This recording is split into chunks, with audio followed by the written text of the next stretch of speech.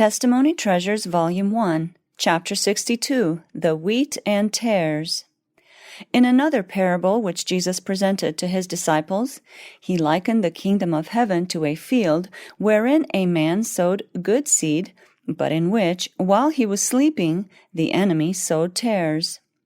The question was asked the householder, Didst not thou sow good seed in thy field? From whence then hath it tares? He said unto them, An enemy hath done this.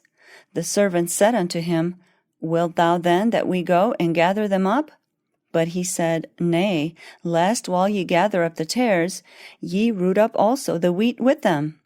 Let both grow together until the harvest. And in the time of harvest I will say to the reapers, Gather ye together first the tares, and bind them in bundles to burn them, but gather the wheat into my barn. If faithfulness and vigilance had been preserved, if there had been no sleeping or negligence upon the part of any, the enemy would not have had so favorable an opportunity to sow tares among the wheat. Satan never sleeps. He is watching, and he improves every opportunity to set his agents to scatter error, which finds good soil in many unsanctified hearts. The sincere believers of truth are made sad, and their trials and sorrows greatly increased by the elements among them which annoy, dishearten, and discourage them in their efforts.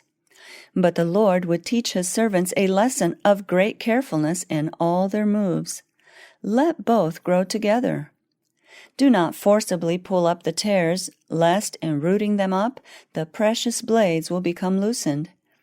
Both ministers and church members should be very cautious, lest they get a zeal not according to knowledge.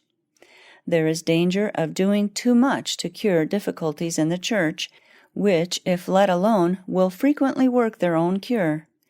It is bad policy to take hold of matters in any church prematurely. We shall have to exercise the greatest care, patience, and self-control to bear these things and not go to work in our own spirit to set them in order. The work done in blank was premature and caused an untimely separation in that little church.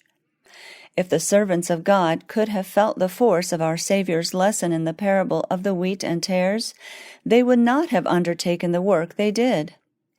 Before steps are taken which will give even those who are utterly unworthy the least occasion to complain of being separated from the church, the matter should always be made a subject of the most careful consideration and earnest prayer. Steps were taken in blank which created an opposition party. Some were wayside hearers, others were stony ground hearers, and still others were of that class who received the truth while the heart had a growth of thorns which choked the good seed. These would never have perfected Christian characters, but there were a few who might have been nourished and strengthened, and have become settled and established in the truth. But the positions taken by Brethren R and S brought a premature crisis, and then there was a lack of wisdom and judgment in managing the faction. If persons are as deserving of being separated from the church as Satan was of being cast out of heaven, they will have sympathizers. There is always a class who are more influenced by individuals than they are by the Spirit of God and sound principles. And in their unconsecrated state, these are ever ready to take sides with the wrong and give their pity and sympathy to the very ones who least deserve it. These sympathizers have a powerful influence with others. Things are seen in a perverted light, great harm is done, and many souls are ruined. Satan in his rebellion took a third part of the angels. They turned from the Father and from his Son and united with the instigator of rebellion. With these facts before us, we should move with the greatest caution. What can we expect but trial and perplexity in our connection with men and women of peculiar minds? We must bear this and avoid the necessity of rooting up the tares, lest the wheat be rooted up also. The blessing of trials and adversity. In the world ye shall have tribulation, says Christ, but in me ye shall have peace. The trials to which Christians are subjected in sorrow, adversity, and reproach are the means appointed of God to separate the chaff from the wheat. Our pride, selfishness, evil passions, and love of worldly pleasure must all be overcome. Therefore, God sends us afflictions to test and prove us, and show us that these evils exist in our characters. We must overcome through His strength and grace, that we may be partakers of the divine nature, having escaped the corruption that is in the world through lust. For our light affliction, says Paul, which is but for a moment, worketh for us a far more exceeding and eternal weight of glory, while we look not at the things which are seen, but at the things which are not seen.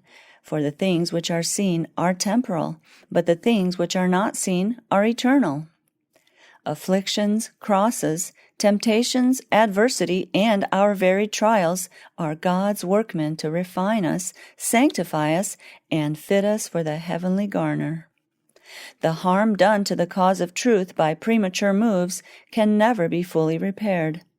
The cause of God in blank has not advanced as it might, and will not stand in as favorable a light before the people as before this work was done.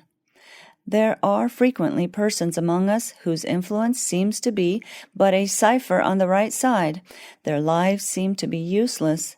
But let them become rebellious and combative, and they become zealous workmen for Satan. This work is more in accordance with the feelings of the natural heart. There is great need of self-examination and secret prayer. God has promised wisdom to those who ask Him. Missionary labor is frequently entered upon by those unprepared for the work. Outward zeal is cultivated, while secret prayer is neglected. When this is the case, much harm is done, for these laborers seek to regulate the consciences of others by their own rule. Self-control is much needed. Hasty words stir up strife. Brother S. is in danger of indulging a spirit of sharp criticism. This does not become ministers of righteousness. Brother S., you have much to learn. You have been inclined to charge your failures and your discouragements to Brother W., but close investigation of your motives and of your course of action would reveal other causes which exist in yourself for these discouragements. Following the inclinations of your own natural heart brings you into bondage. The severe, torturing spirit in which you sometimes indulge cuts off your influence. My brother, you have a work to do for yourself which no other person can do for you. Each must give an account of himself to God. He has given us His law as a mirror into which we may look and discover the defects in our characters. We are not to look into this mirror for the purpose of seeing our neighbor's faults reflected, of watching to see if he comes up to the standard, but to see the defects in ourselves, that we may remove them. Knowledge is not all that we need. We must follow the light. We are not left to choose for ourselves and to obey that which is agreeable to us and to disobey when it best suits our convenience. Obedience is better than sacrifice.